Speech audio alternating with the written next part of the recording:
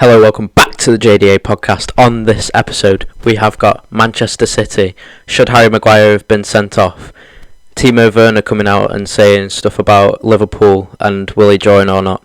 Sterling saying stuff about will he leave? And we're going to bring Europa League and Champions League roundup for you in this episode. Right, this is going to be a bit different this week. We're going to do it on a phone call. I'm not on the phone, but Alex and Joe are. So we're going to start off with the roundup this week. Alex is going to go through the first game. Alex, what have you got for us first? So we're going for Europa League first? Yeah. Okay, so first game we're going to go through is going to be Atletico Madrid and Liverpool. It did end 1-0 to Atletico Madrid after a very resilient performance from a very defensive Atletico side.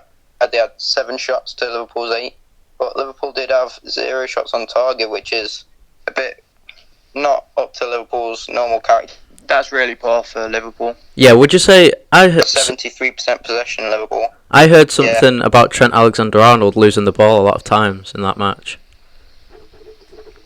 Did you see any of that? Yeah. I noticed he wasn't really on his game that much. Yeah. I don't think. What's the next game that you've got for us? So we're going to also go through the Tottenham RB Leipzig game, a very controversial one.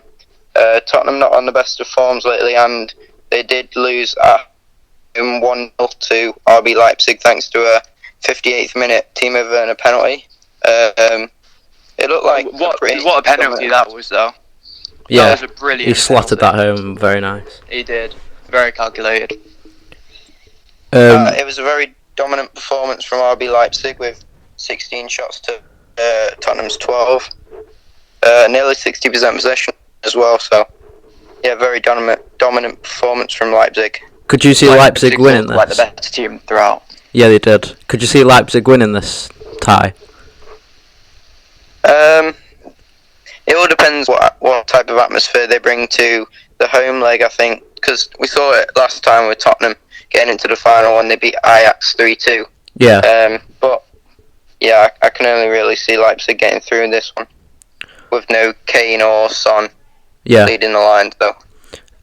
Now we're going to go on to the Atalanta-Valencia game. It was a 4-1 game playing at the San Siro. I'm not sure why they were playing there, but Atalanta won 4-0 against Valencia, with Ilic getting 1, Freuler I think it is, and Hateborer getting 2, and Cheryshev getting 1 for Valencia. Looks a quite good game. Apparently Atalanta scored a few good goals, and they're meant to be looking good. I reckon they're going to go through to the quarters unless Valencia pull something off. Do you think so? Yeah, they look like a really strong team. I think it was Freuler, younger player, one of the younger players.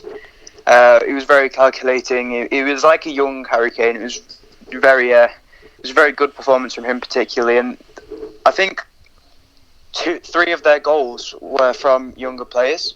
Yeah. And that was really nice to see. It was a very good game, though. We're going to give our predictions now, sort of, for the next week of the Champions League fixtures.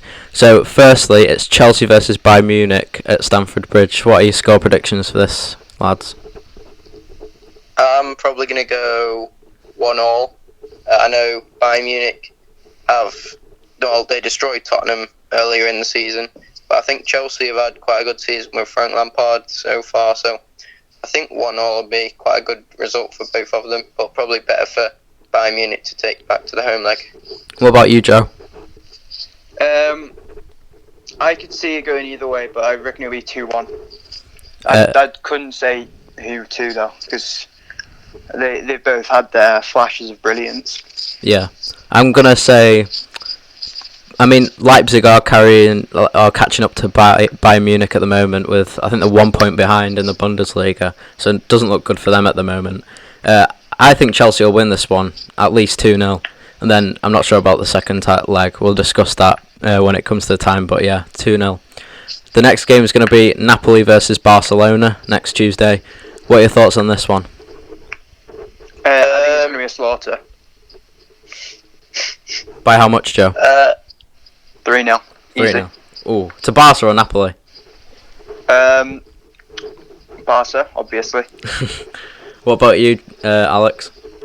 I think Barca are going to win both legs, but I think it's going to be 1-0 in the first leg, Napoli at home, because they always bring quite a good atmosphere. They beat Liverpool last year in the Champions League group stage. So yeah, I think it'll be quite a good performance from Napoli, but I think Barca will just edge it.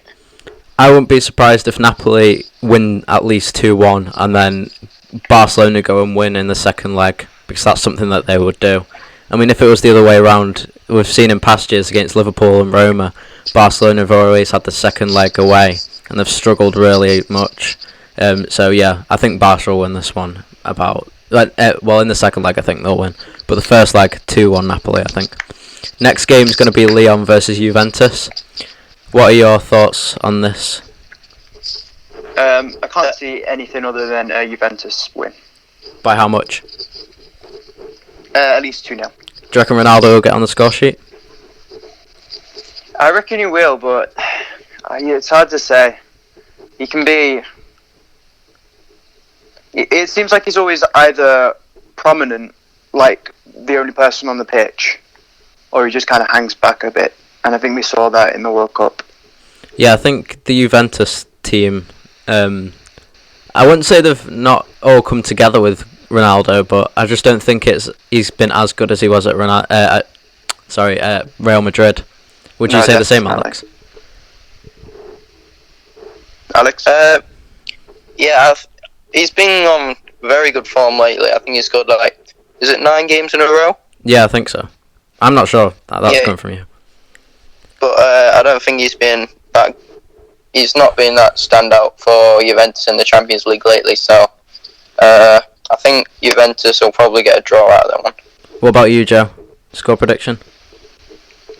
I think I already said, but 2-0 to Juventus. Alex, you said a draw. Will that be 2-2 or 1-1? Or? Yeah, I think it'll be 1-1. And I think Ronaldo will probably score again, yeah.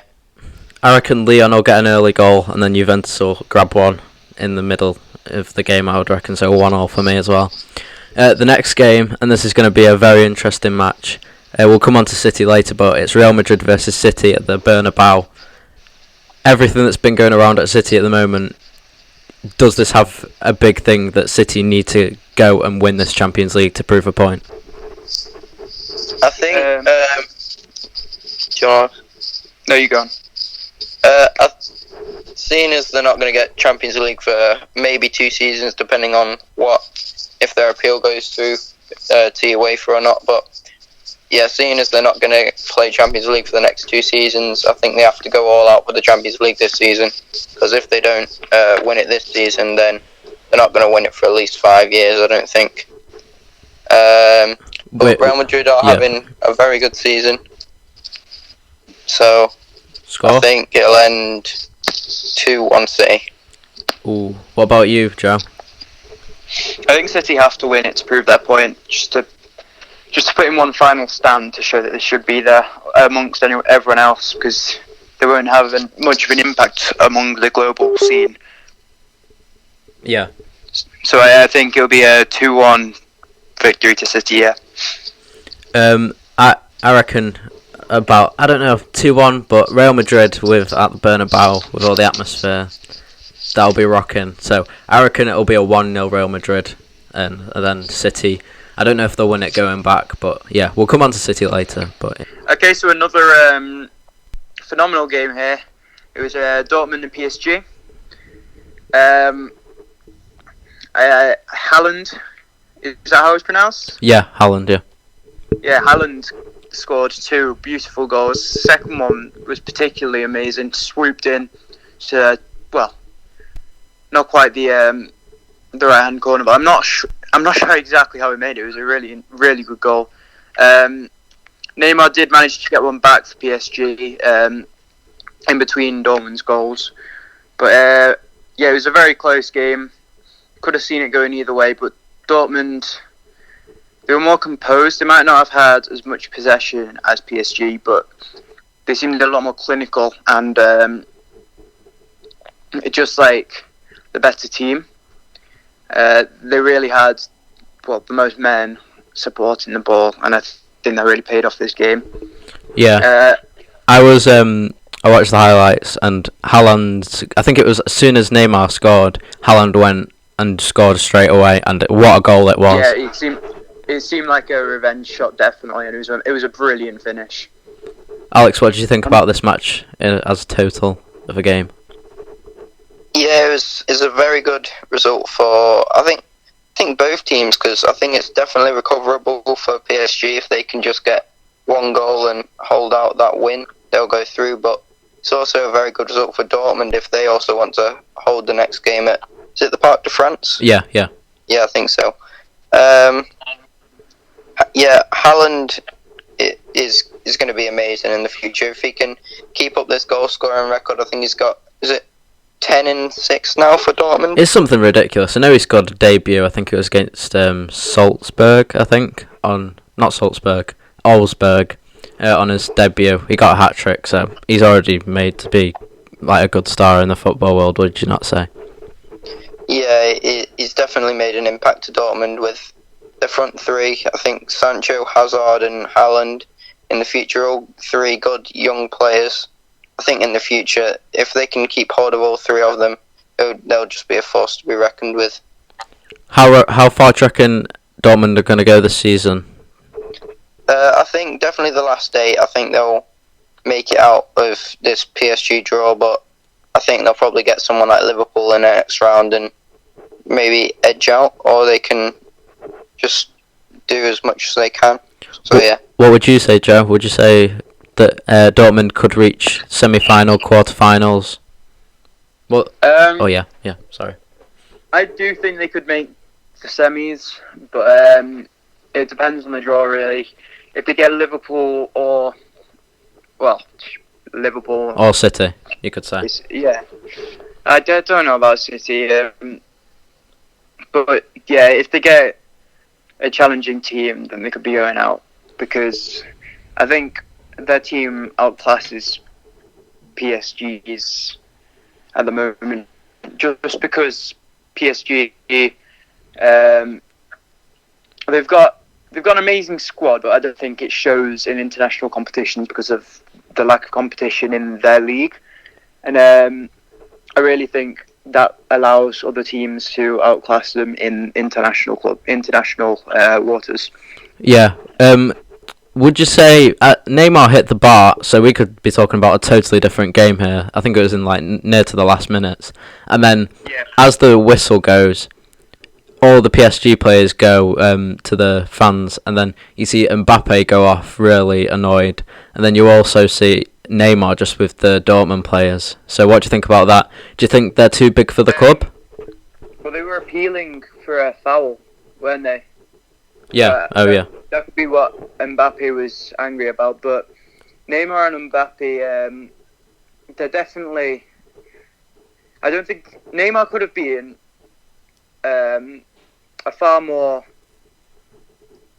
important player in football in general, but I think he's in the wrong team at PSG, and the same with Mbappe. Mbappe could be the best in the world right now, but I don't think he shows that at PSG because he's in the wrong league. Alex, what would you say? I think Neymar could be a brilliant player if he just stepped up his attitude. Same with Mbappe.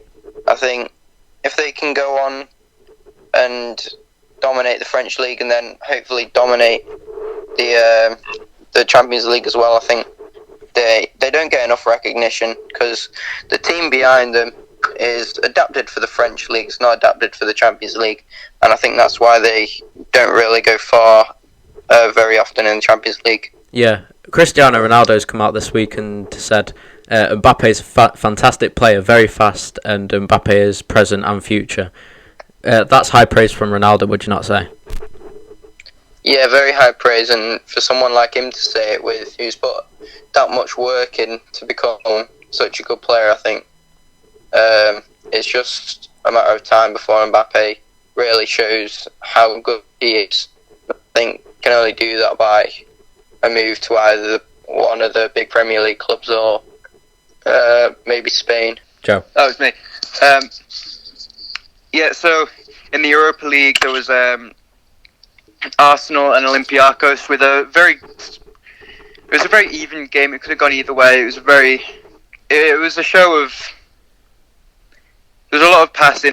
I thought Olympiacos were personally the better team just because of the way they played. I think they played phenomenal football. But Arsenal did end up victorious on this one with a beautiful assist from Saka and finished off by Lacazette. Lacazette, for me, he didn't have the greatest of games. He seemed to miss more than he actually put anything on target, but that's just my opinion. He did score, so I can't really doubt him for that. But it was a very good game. I'm just looking at the stats at the moment, and the shots were very similar, but they didn't. So it was 12 from Arsenal and 11 from Olympiacos. Shots on target were 2 for Olympiacos and 3. Would you say these sides need to be a bit more clinical in the shooting? Yeah, there were balls flying all over the place. None of the finishing was clinical, but the passing, especially from Olympiacos, was just amazing. I really liked the way that both teams played this game. I was watching the analysis after the game yesterday, and Robin van Persie said Saka's pass was amazing. I watched the highlights as well, and the vision, I don't know how because he's put his head up, or he had it down and then just crossed it in, and it's almost like he knew where Lacazette would have gone to. And would you say that strikers in the modern game want you to put the pass in front of them so you can chase onto it? So they want to know, so you're commanding them really to say, I want the ball in this place. Would you say that's needed in the modern game? Yeah, I think strikers. All right, and we've seen with Harry Kane. He's probably he is one of the best strikers in the world right now, and he's an absolute poacher. He's always in the right position. Yeah. But Alex, what were your thoughts on the game? Yeah, it was. I thought Olympiacos played very well considering how much money they've spent. I know Arsenal have spent a lot on attackers, and playing football like that and having balls in the box like Saka all game. I think the amount of money they spent on attackers, I think they should be scoring at least 3. What and did you say? easily You cut out a bit, sorry. but now they have some work to do when they go back. All right. It doesn't matter. So the next game we're going to be moving onto is Wolves, and Alex has got the stats and whatnot to go with it, and a cracking goal in this one. Let me just say. Crack, yes. A very dominant performance from Wolves against, I think, quite a lacklustre Olympiacos side. Diego Jota getting on the score sheet in the 15th minute. Was it Olympiacos? Was it not Espanyol? Just saying. Sorry. Yeah. Did I say Olympiacos? Yeah. yeah, Espanyol, yeah. So yeah, they dominated at Molineux, Wolves did, with Diego Jota getting a hat trick, and then Ruben Neves with, I think, could it get close to winning the Puskas this year? If that doesn't win the Puskas, I don't know what else does, because that goal, I mean, the control that he had on his chest there, and then he didn't even look at the goal, he just knew where he was going to put it, and that was outside the box as well. It was absolutely mad. Yeah, it was an outstanding goal. I think something special is going to have to happen if that doesn't win the Puskas. But yeah, very, very dominant performance from Wolves, and I think they can just relax going into the away leg now, having that much of an advantage. Do you reckon Neves' goal overshadowed Jota's hat-trick? Because Jota doesn't get many hat-tricks, in the Premier League especially. Yeah, I think it was such a good goal that it kind of, definitely overshadowed Diego Jota's hat-trick. I think he was definitely the best player on the pitch, and I didn't really see Neves doing much other than that goal, but because he scored it, I think Jota's hat-trick won't be put into perspective by as many people, but I think that's one of the best performances I've seen in the Europa League for a while, and yeah, such a young squad. I think Wolves will go far in their competition. Can continuing with the Europa League, we're now going to move on to Manchester United versus Club Brugge. So, the first 15 minutes, Bruges looked like they were going to score about 3, but they only got the 1, and I think it was from Dennis. And it was a really good goal. Oh, it was Bonaventure, not the one who plays for, I think it's AC, yeah. And then in the 36th minute, United, around the 25-minute mark, started to come back into the game. And Martial got a really good goal, 3 touches, and then boom, it was in the bottom right. But I expect a bit more, because we shouldn't be drawing to sides like Club Brugge. I know we got the vital away goal, but we need to start doing better. From an outsider's point of view, from United, would you say that we need to be doing a bit better in these sort of games? Because they did park the bus. Sometimes they were putting 6 men behind the ball, Bruges. Would you say that we need to start doing better at breaking those teams down? Yeah, I think You go on. Lots of the big teams at the moment, they spend so much money, but I think to break down teams like Club Brugge, who play like really, really defensive, nearly every player on the pitch behind the ball at all times, I think money doesn't break that down. I think you need better coaching staff, to be honest. Like, you've seen it with Liverpool. They didn't beat Atletico on Tuesday, was it? Yeah, Tuesday. They didn't beat them because they don't know how to play against teams that just defend, and sometimes I think it works, but I think only the top teams can play against that sort of style. What about you, Joe?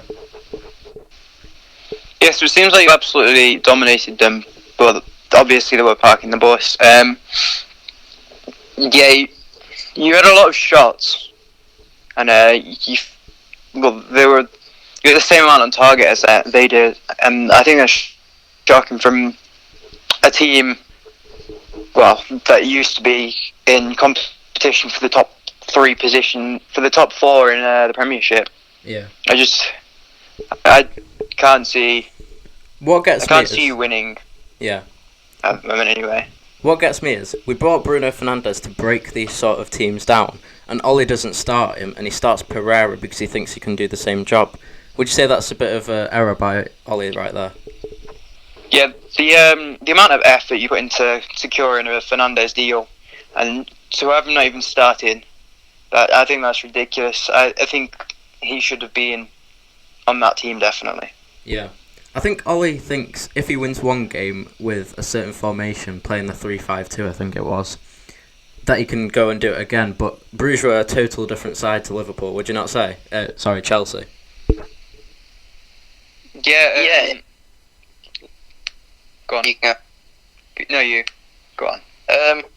I think the quality that Chelsea had, I don't think they could afford to park the bus. And just because it works against one team, I don't think it'll work against another.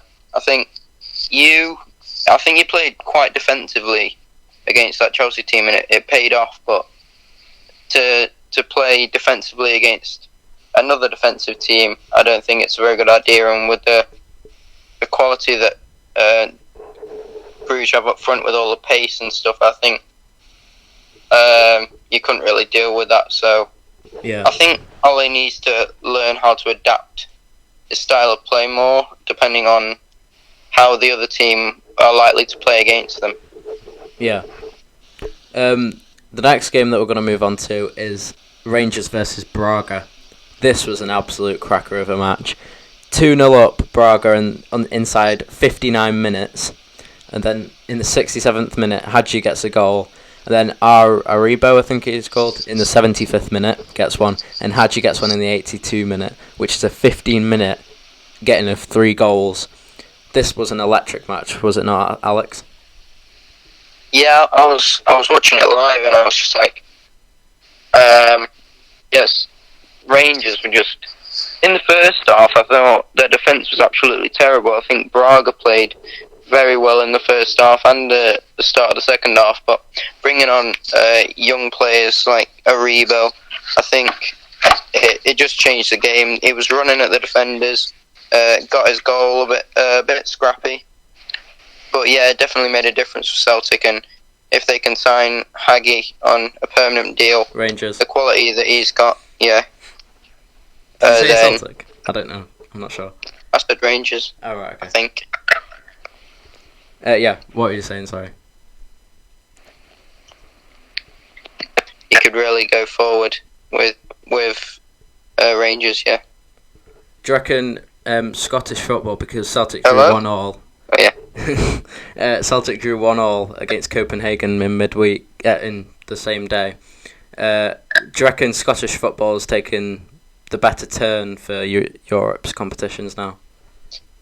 I think they've kind of been overshadowed in the Champions League because of the quality that is in the Champions League, but I think the Europa League's more their sort of competition, because it's not the top class teams like your Barcelona and your Real Madrids. It's the Bragas, and if they can beat teams like Braga, then they could probably go very far and get like possibly more interest from clubs around the world. And yeah.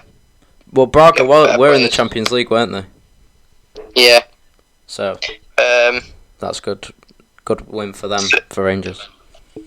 Yeah, Braga are a very good team, but I think to go into the second leg, just conceding 2 away goals and just being up by 1 goal, I think Steven Gerrard would have preferred probably not to have conceded 2, but yeah, a very good result for Rangers.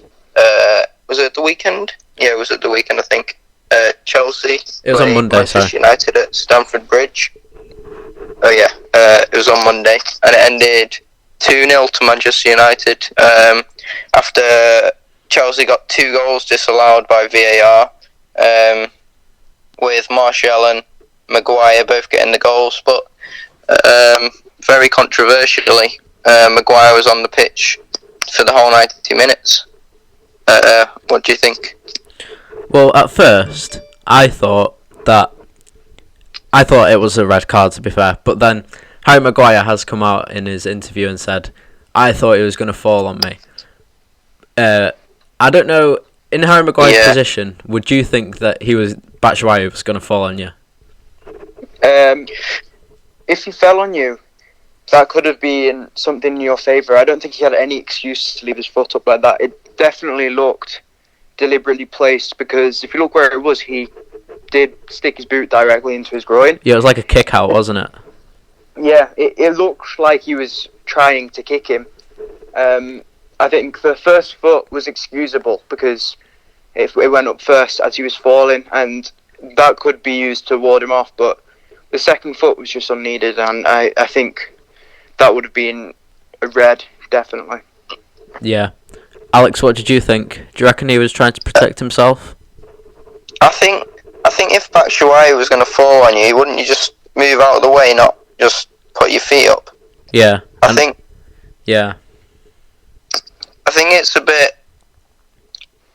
It's a good excuse if you're going to make one, but I don't think there's any excuse for doing that. I think we saw it with Son earlier on in the season, got sent off for doing the exact same thing. So, would you say, in my opinion, it should have been sent off. Would you say it's down to the referee and their point of view? Because the referee was different for this match at United than the Tottenham one. So would you say it's down to that and what they think? Well, surely you should have seen the Son incident and just in general, and just seen it on the highlights or something, and realised that what he was looking at was the exact same thing, if not worse. And I think the thing is with red cards, it's purposely harming the opponent. And I think if you're going to do something like that I think that it was definitely purposefully harming him. I think there's no point to it. There's no reason not to give it a red card, and I don't see how they didn't give it. Joe, what do you think about the different referees? Do you reckon that has an impact on the decision? At the end of the day, it is the ref's decision, but especially looking at Son, I think he should have been sent off. I think that is a definite mistake on the referee's part. And I know you're a United fan, but I don't see how you'd be able to disagree with that. Yeah, no, I can't really see where Maguire's coming from. It just looks like worse that it's coming because it looks like a kick out, doesn't it? It doesn't look It like he's definitely looks because like you can he's see Batshuayi is trying to kicking it. like slow himself down, and then Maguire just comes out, and then but Batshuayi just didn't look like he was gonna fall. That's what I think. No, he was just running. He did have a little bit of a stumble, but it was just his momentum carrying him forward. Staying with the VAR controversial, Arsene Wenger's come out this this week and said he'd changed the offside law. So this is what he said: you will not be offside if any part of your body that can score a goal is in line with the last defender, even if other parts of the attacker's body are in front. Now, I've sent you a picture, and what do you think about this? Because this would be the changes about Arsene Wenger's offside rule. It's a picture of Harry Kane, and I think it was against I'm not sure if it was West Ham or not, but he was offside. But would you agree with Arsene Wenger? Would you say this is the right way that it should be done or not?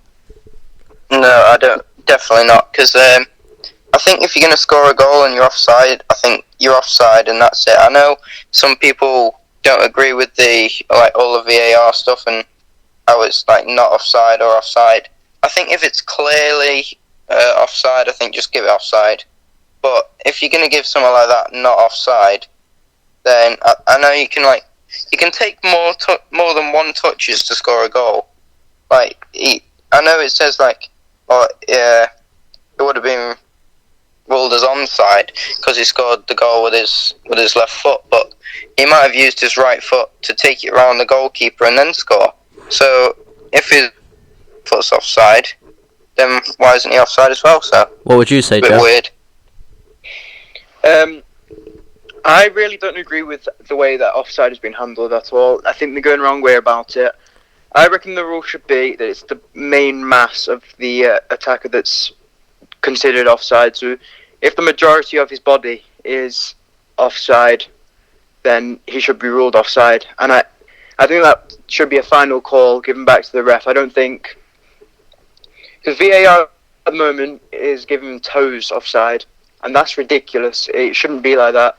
But I don't... It's also a horrible decision if it's like...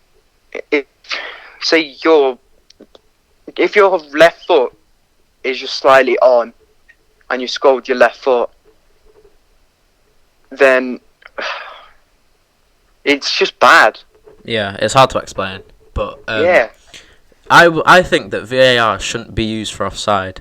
Personally, I think it should be used for penalties, red cards. If any players have, done something wrong, like the Maguire thing. But I don't think it should be used for VAR because it's always been from the linesman's point of view, and with VAR you might as well not have a linesman, would you, if you're doing it for offside? No, if you're doing it for offside, you might as well do it for throw-ins and stuff as well. It's just taking another job off the linesman, and they're not really there for anything anymore. Yeah. I think that the offside rule, sorry, I think it should be done by the foot, because no other part of the body, you're most likely going to score with your foot, aren't you? I know you can score with your head, but with your foot, I think it should be that where the line goes. Would you not say? I think the decision should be to the ref or the linesman, and that might make it less accurate, but it doesn't have to be super accurate. I think something like your hand being offside, that should be let slide, and if the majority of your body is offside and it's your foot that's on, then it's stupid. I think the moment one foot's offside, that's a yard you have on the defenders, so that should easily be offside, and that decision should be going to the linesman or the ref. Alex, would you say that offside should be done by the foot now? I think it's always been done by the foot, but... Yeah, I think it's a hard one because you can score a goal with any part of your body, but it's most likely going to be your foot. I don't really get the reason VAR look at offside decisions if it's not clear and obvious, because I know that's the rule. They do it anyway. Like, what's the point having a linesman if every decision they make is going to be checked by VAR? Now we're going to talk about the injuries that have been happening recently. It's been announced today that Jordan Henderson's been ruled out with a hamstring injury for 3 weeks. Also, Heung-min Son has broken his arm and will be out for a number of weeks. It's not been officially said yet. But do you see this as being a damaging part for Liverpool in that midfield, or do you reckon they could replace it with Wijnaldum? Because at the moment it's Fabinho, Henderson, and you could say Chamberlain around at the moment, would you say? Okay, sir. They have a lot of backup, a lot of quality players to fill Henderson's position, but people were talking about him being one of the best players in the Premier League this season. But what's he done is he's played in midfield with quality players. He started ahead of the likes of Wijnaldum and Oxlade-Chamberlain and Fabinho and stuff, but he scored a few goals and he's not really done much else, so I don't see why everyone's hyping him up so much. Yeah, I would agree with you on that, because he's not really an attacking player, he's not really a defensive player. He's in the middle, and I just don't... I see that he's a captain and he's doing very well at leading Liverpool at the moment, but his qualities, apart from his passing and shooting and driving the team forwards, I know there are a lot, but he doesn't bring that much else to the team, unlike a Fabinho, creating, defending, attacking. He's always looking for a good pass. Yeah, and to be honest, I'd probably much prefer to start a Wijnaldum ahead of a Henderson, just because of the creativity he has. He can score goals, he can defend much better than Henderson. He's much more agile, and yeah, I think it's not going to be that much of a disappointment to just have him out for about 3 weeks. But yeah, I think they definitely need to go attacking Atleti in their next match in the Champions League, which he will probably miss. And if you're going to go attacking, you don't start Jordan Henderson. Yeah. An attacking midfielder such as Naby Keita or Oxlade-Chamberlain, so I don't think he'll be missed that much. Joe, what do you think about Son? Could you see this be damaging for Tottenham, because they've got Kane and Son out now? Could you see this damaging the top 4 hopes of getting Champions League? Yeah, with Kane out already, and then Son ruled out for, well, probably the rest of the season as he's broken his arm, I think it could be really damaging for Tottenham. Maybe,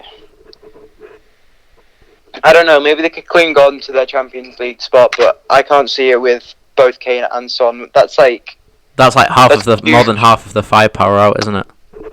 Yeah, that's a huge dent in their attacking play, and I think that can be really risky for them in this next few weeks. Now we're going to go on to a bit of a different thing. I'm going to get Joe and Alex to guess who this person is. So, I've won 98 caps for my country, scoring twice. I've played in the 2002, 2006, 2010 World Cup finals. I've managed in India, Italy and China. I've played it for Barcelona, AC Milan and Juventus. Who am I? You two know? This is quite a hard one, to be fair. I didn't get it at first. Silence as the thinking goes on. Uh, I don't want you to research it on your phones, because it's a different podcast this week, but I know you're going to be researching. Yeah, I'm not. Alright, okay. Joe's playing fair. What you said again? So, I've won 98 caps for my country, scoring twice. I played in the 2002, 2006, 2010 World Cup finals. I've managed in India, Italy and China, and I've played for Barca, AC Milan and Juventus. Have you technically left out the country that you played for? Maybe. Ooh. Can I have two guesses because I've got two people in my mind. Right, okay. Joe, have you got no one that you can think of? I have no one. Right, okay, Alex. Who are you thinking? So, two people I'm thinking of is Frank de Boer, Yeah. and Zambrotta, or whatever his name is. Ooh, The left you've got back. one right. We can't really be both of them. One. From the noise you made, I think it was De Boer. I think it's de Boer as well. I can officially say it's Zambrotta. Oh my god. You've been done there, haven't you? You thought it was De Boer. Did he not play for... I'm sure it's Zambrotta. Oh, wait, yeah. I might get this wrong, I don't know. I think it's Zambrotta, isn't it? Right, did you like that? Anyway. Yeah, Yeah, very it was a fun game. entertaining. Right, okay. If you want to hear more of that in the next couple of weeks, make sure you like and comment down below, and just say who am I, hashtag who am I. Alright, that's it for this segment of the episode. Right, now I'm going to ask you who should win the 2019-20 Player of the Year in the Premier League. So De Bruyne, Henderson, Van Dijk, Mane and Salah are all up for candidates. If you could pick one other, who would you pick? Alex? Yeah, you can go. Or Joe? Personally, I'd pick Aguero. I just think he's been in a very good form. He hasn't got as much goals and as we'd have hoped for from a player of his calibre. I mean, he is the second joint highest top scorer behind Vardy. Yeah, well, how many did he get last season though? He got 21. So he's got a bit more goals to get there just yet. Yeah, so we've got a few more, and it's not the end of the season yet. But yeah, I think he should be up there because he's second highest scorer. He's he's massive chunk of City's squad, and I think he's a really good creator of chances. What about you, Alex? I'd probably go Leicester City striker Jamie Vardy. Oh, good choice. He's just been overall over the last 5 years. He just scored loads and loads of goals, and especially this season. He's only played 24 games. He's been out injured quite a bit, but he's played 24 games and scored 17 goals, which is absolutely incredible in the Premier League. And he's also very all-round, scoring 7 with his left foot, 7 with his right foot, and 3 headers as well. So, very, very good season for him. And I'd, if he was on the shortlist, I'd probably see him winning it, to be honest. I'm not sure if this is going to be controversial or not, but I think to win this award should be Trent Alexander-Arnold, because I wouldn't say he's a big game player. He is still a big game player, but overall he's just a really good player. I mean, some of the stats that he's pulling out at the moment are incredible. I mean, 81 appearances and 65 wins. Only 5 losses and 4 goals. And this is his highest. This is his highest goal scoring season, making 26 appearances and 2 goals, and he's not finished yet. And I think he's doing great at the moment. Best right back in the world for me at the moment. Would you not say? Probably, yeah. He is, all of Liverpool's defence at the moment. He's absolutely phenomenal. Well, obviously not all of it, but he's a vital part of the team, and he works so hard for Liverpool. 10 assists as well. Top. Yeah, any team in the world he'd fit in well. 10 assists. With his assists as well, yeah. Second to the top, only behind De Bruyne, who's got 16. But yeah, I would go with Trent. What do you think about that, Alex? Coming from the other side of Merseyside. He's a very, very quality player, even at such a young age. He's still 19? Yeah, what? I think so. What did you say, sorry? The youngest in the team? He's still 19? I think so. Or he's 20, I'm not sure. But, yeah. Some of the balls he makes at such a young age, he's just such an intelligent footballer, and in the future I think he's going to be one of the best players in the world. I think it could see I know Virgil van Dijk nearly came close to the Ballon d'Or, but I think after Messi and Ronaldo retire, I think it's going to see a new age of defenders winning the Ballon d'Or, and I think he could be one of them. Now it's time for the main event of the evening, and it's not Tyson Fury versus Wilder 2. That's tomorrow. It's Manchester City, and they have been banned from Europe for 2 seasons, or the next 2 seasons, not including this season. And they've also had a £30 million fine. What do you think about this? Yeah, I think it was just a matter of time before one of the big clubs were done like that much. I think PSG have got off lightly a few times, spending so much money, and I think this happening to such a big club will really make a difference to all of the other teams that are close to reaching FFP. So probably a good thing. What about you, Joe? Yeah, I think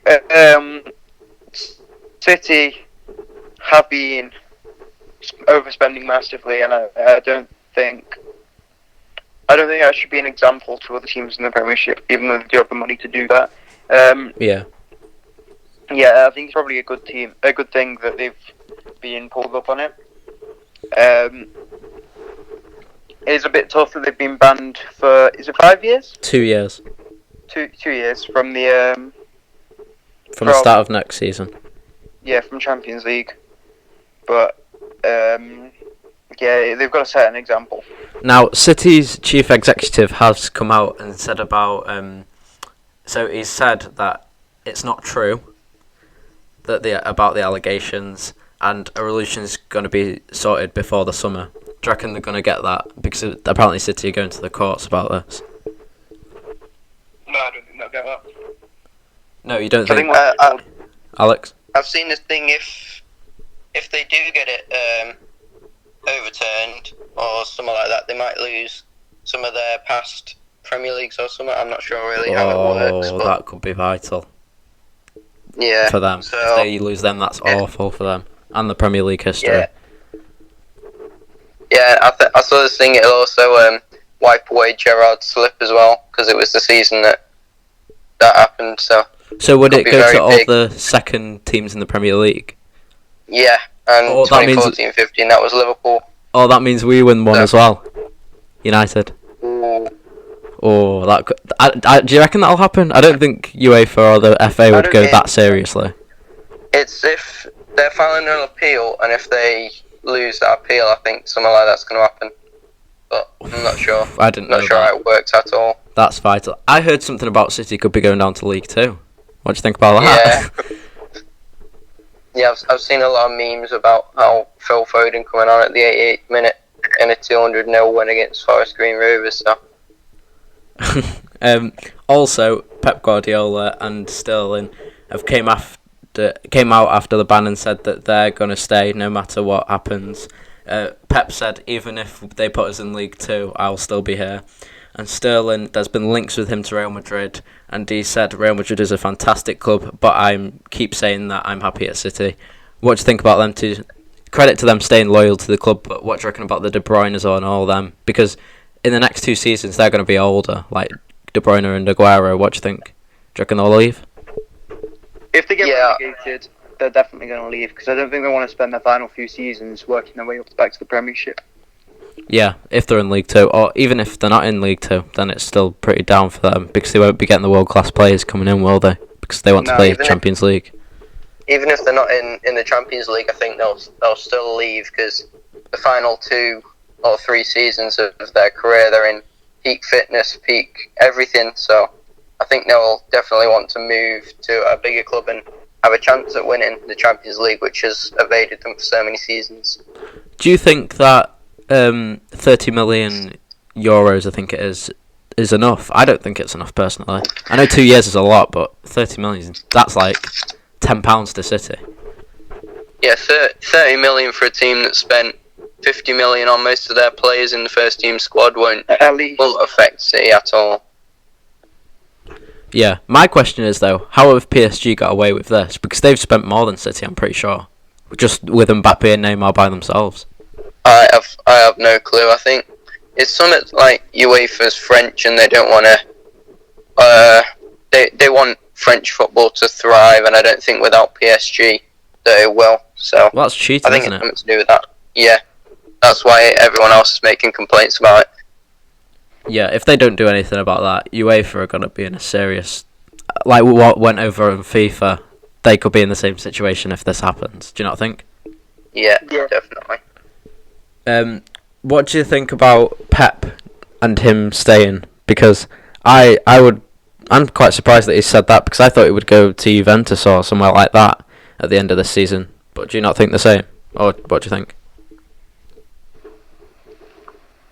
Yeah, you can speak. No. I think if they did go down to League Two, even though he said he'll probably stay, I don't think he will. He won't be earning the money. He won't be getting the recognition. And yeah, even though he said that, I doubt it'll. Do you reckon he's just doing I that for think- the supporters' safety of them Yeah. thinking that he's going to go at the end of the season? Just to keep them at the club as well as him. I think if Juventus do come knocking and he's in a rough patch with City, I think it's more than likely he'll leave. What about you, Joe? Yeah, I can't see him staying at City if something massive happens. I think he's just said that to keep the supporters on his side for the rest of the season, because they do need that support. Anyone that they can get into the stadium at the moment is a massive help. I can't see him staying if they're not in the Champions League or in the Premiership, because it won't be. There'll be less in it for him. There'll be less glory, and names at the club as well. That's it for this episode. Hope you enjoyed. I'm not sure if you picked up on some of it. It has been on a phone, but I think we've done quite well for it, because it is half term at school at the moment, but we are trying our best to get this content out to you. Make sure you like, subscribe, and go and check out our Instagram. Have you got anything to say, boys? Just drop us a comment. Alex? Yeah, make sure to put some guess the players down in our Instagram comments and stuff if you have time. So yeah, make sure you like and follow it as well. Right. Thank you for listening. That's bye from me. And me. And me.